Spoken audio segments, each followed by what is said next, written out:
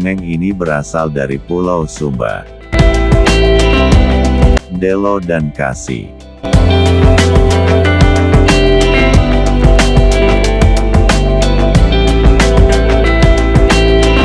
Delo adalah seorang anak laki-laki dari satu keluarga di Pulau Sumba pada zaman dahulu. Ayah Delo bernama Rato, dan ibunya bernama Lingga. Pada waktu Lingga hamil tua, Rato suaminya meninggal dunia.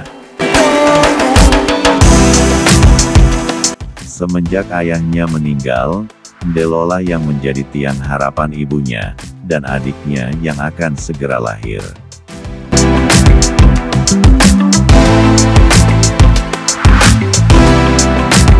Hal yang paling disukain Delo, adalah berburu.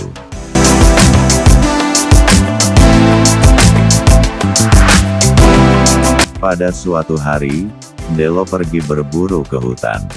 Berhari-hari Delo menjelajahi hutan, tapi tidak seekor buruan pun yang diperoleh.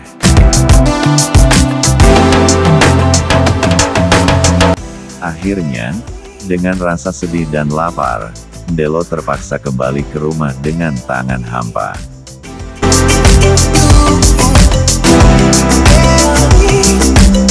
Di tengah perjalanan, Delo bertemu dengan Marapu Tanah atau setan Tuan Tanah.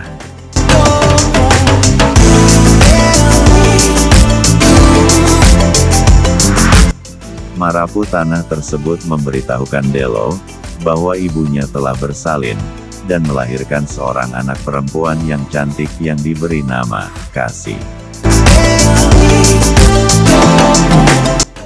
Hati Delo sangat gembira atas berita itu. Ia lalu mengucapkan terima kasih sambil tersenyum kepada Marapu Tanah dan hendak bergegas pergi.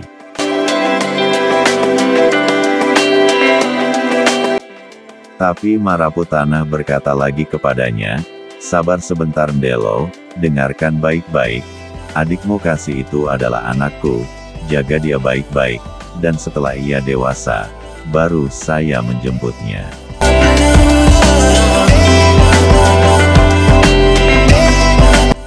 Lalu kata Delo, "Yang Marapu maksudkan dewasa itu umur berapa?" Jawab Marapu, "Ketika Kasih hendak kawin." Setelah itu keduanya berpisah, lalu Delo berjalan dengan secepat-cepatnya, agar cepat tiba untuk menemui ibunya di rumah.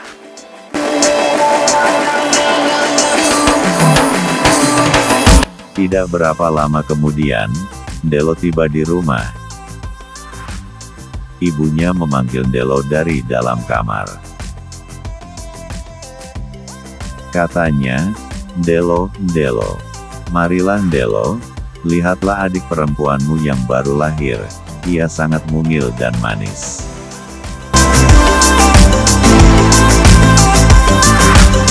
Tapi jawab Delo, "Tidak.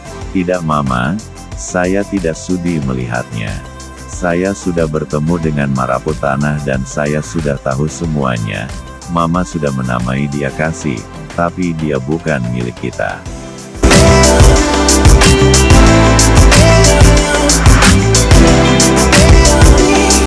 Dengan berat hati, Delo menyuruh mamanya, "Buanglah Kasih ke hutan atau ke sungai Mama. Biarlah ia dimakan oleh binatang buas, sebab ia adalah milik orang."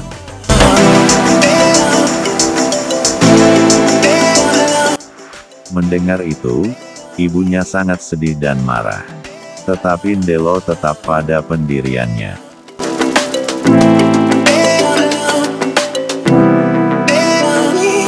Akhirnya Delo dan ibunya sepakat untuk membuang Kasih ke laut, dengan mengapungkannya melalui sungai terdekat. Delo dan ibunya melubangi sebuah batu kubur dan membaringkan Kasih di dalamnya. Batu kubur itu ditutup rapat-rapat, dan dibuatkan lubang angin, agar Kasih tidak mati lemas.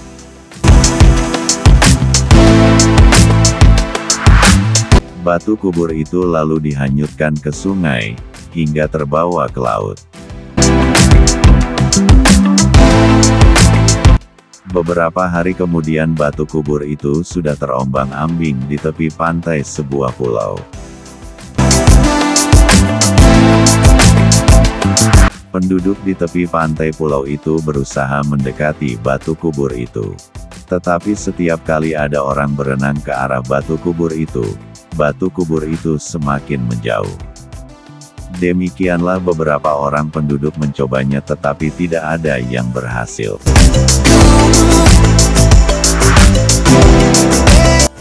Kemudian datanglah seorang tokoh adat, atau tetua, bernama Ratondima.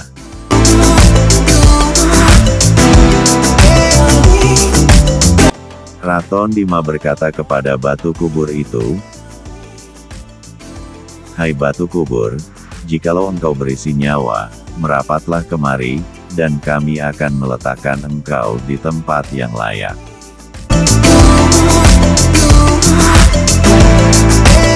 Setelah berkata demikian, batu kubur itu mulai bergerak maju sampai ke tepi pantai.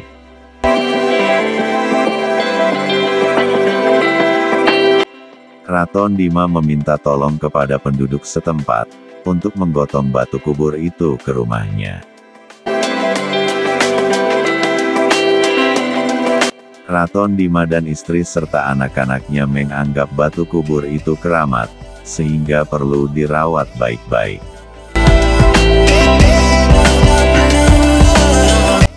Sesampai di rumah, Ratondima menyuruh istri dan anak-anaknya untuk memarut kelapa beberapa buah, yang kemudian hasil parutan kelapa tersebut digosok pada seluruh permukaan batu kubur itu, sampai bersih dan mengkilap.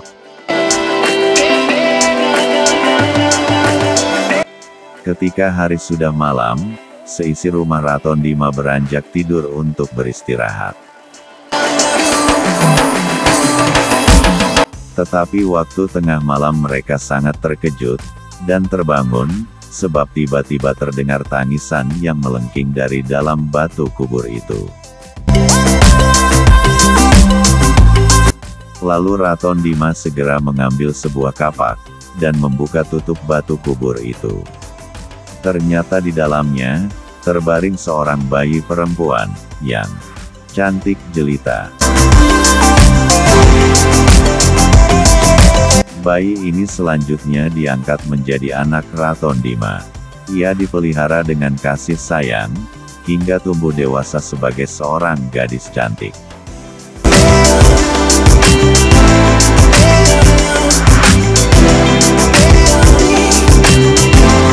Kecantikannya begitu tenar, sampai ke Pulau Sumba di mana Ndelo tinggal.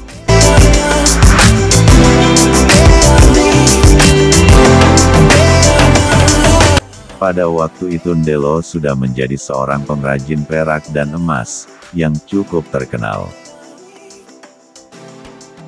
Ketika ia mendengar tentang kecantikan gadis di pulau seberang itu, timbul keinginan di hati Ndelo untuk mempersuntingnya. Maka secara diam-diam Ndelo membuat sebuah perahu. Setelah perahu itu selesai, Ndelo membawa segala peralatan lalu berlayar ke seberang, tempat gadis itu berdiam. Setiba di sana Ndelo bekerja membuat perhiasan dari emas dan perak. Dalam tempo singkat Ndelo sudah terkenal di daerah itu. Banyak orang datang memesan atau membeli perhiasan dari Ndelo. Di antara para pelanggan itu, ada juga seorang gadis cantik yang tidak lain adalah kasih adiknya. Kasih sering ke tempat Ndelo, dengan alasan membeli emas dan perak. Dari pertemuan-pertemuan ini, lama-kelamaan cinta mulai bersemi di antara Ndelo dan Kasih.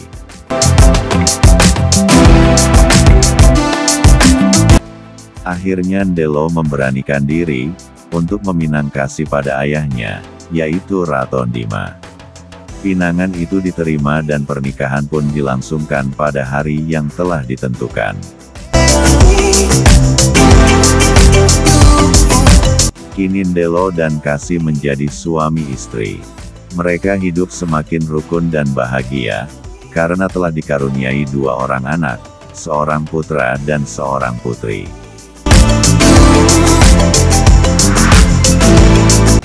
Hingga pada suatu malam, Ndelo bermimpi bahwa istrinya yang sekarang ini adalah adik kandungnya sendiri, yang dahulu dibuang oleh Ndelo dan ibunya. Setelah bangun dari tidurnya, Ndelo sangat menyesal dan bersedih hati, namun ia masih ragu, dan ingin membuktikan kebenaran mimpinya. Ia ingat pada waktu adiknya Kasih akan dibuang, ibunya membuat tato berupa gambar pisau kecil, pada paha sebelah kirinya. Lalu Ndelo mengambil tangga yang terbuat dari bambu, dan menyuruh Kasih naik ke loteng rumah, untuk mengambil jagung. Pada waktu Kasih menaiki tangga, tato gambar pisau kecil di paha kirinya, terlihat oleh Ndelo. Maka yakinlah ia, bahwa istrinya tidak lain adalah adik kandungnya sendiri. Dengan sedih hati, ia memberitahukan hal ini pada Kasih, ketika Kasih mendengar bahwa Ndelo adalah kakak kandungnya sendiri. Kasih sangat sedih, dan menyesal, tapi semuanya sudah terlambat.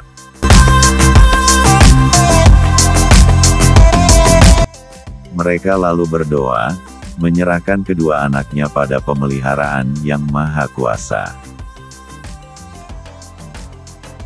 Akhirnya, mereka mengambil sebuah keputusan, untuk mengakhiri hidup mereka, di ujung sebuah pisau belati.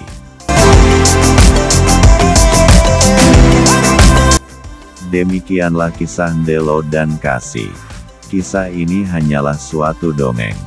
Tapi para pelaku dalam dongeng ini, meninggalkan beberapa pesan untuk pembaca. Kesalahan fatal yang dibuat oleh Ndelo, ialah ia sangat percaya pada setan atau Maraputana. Setan tidak mungkin mempunyai anak dari manusia, tetapi Ndelo percaya bahwa adiknya Kasih adalah anak setan. Karena itu Ndelo dan ibunya sepakat membuang Kasih ke sungai dan terbawa hingga ke laut. Kesalahan ini terus berlanjut, dengan terjadinya perkawinan terlarang, antara Ndelo dan Kasih yang bersaudara kandung. Pada akhirnya rahasia ini terungkap lewat mimpi dan pembuktian, yang kemudian membuat keduanya menyesal dan malu. Tetapi keputusan keduanya untuk bunuh diri, sangat-sangat, tidak terpuji, dan patut disesalkan. Sebab hidup atau matinya manusia, adalah hak mutlak dari Yang Maha Kuasa.